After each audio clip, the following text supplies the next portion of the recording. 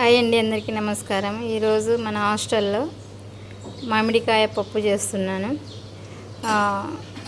2 కేజీల కందిపప్పుకి కేజీన్నర మామిడికాయలు తీసుకున్నాను. చెక్కు తీసి ఇలా కట్ చేసి పెట్టుకున్నాము. తర్వాత పోపులోకి పచ్చిమిర్చి, ఎల్లుల్లి కచ్చాపిచ్చా దంచుకున్నాము, ఎండుమిర్చి అండ్ పోపులు, కరివేపాకు, మిర్చి పౌడరు, పసుపు, ఉడికించుకున్న కందిపప్పు. స్టవ్ వెలిగించుకో, గిన్నె పెట్టుకున్నామండి. ఆయిల్ వేసుకుంటున్నాము. ఒక 600 గ్రామ్ వేసుకుంటున్నాము. ఒక స్పూన్ మెంతులు కూడా వేసుకోవాలండి, ఇందాక చూపించలేదు నేను. ఎండుమిర్చి వేసేసుకుంటున్నాము.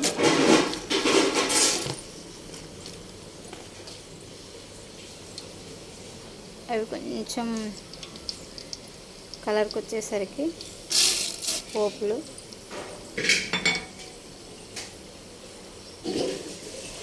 తర్వాత వెల్లుల్లి,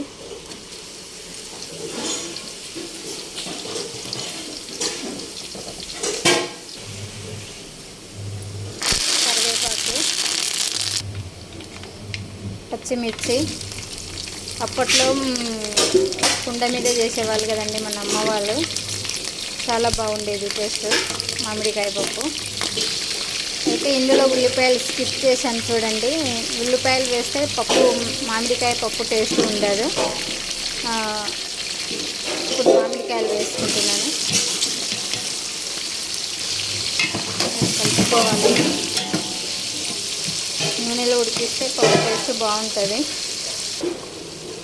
మామిడికాయలు 3 వంతులు ఉడికినాయండి.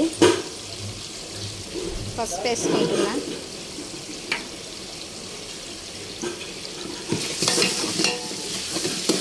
కారం,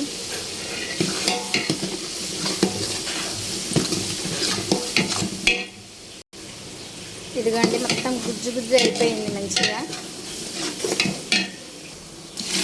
పప్పు వేసుకుంటున్నామండి.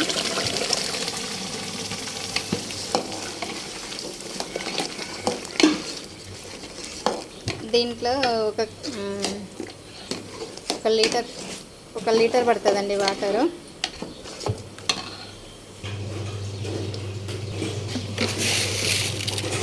తగినంత ఉప్పు వేసుకుంటున్నానండి.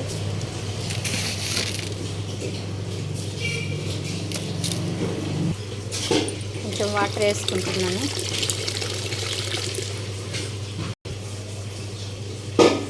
పప్పు సూపర్గా వచ్చిందండి. టేస్ట్ కూడా సూపర్ ఉంది.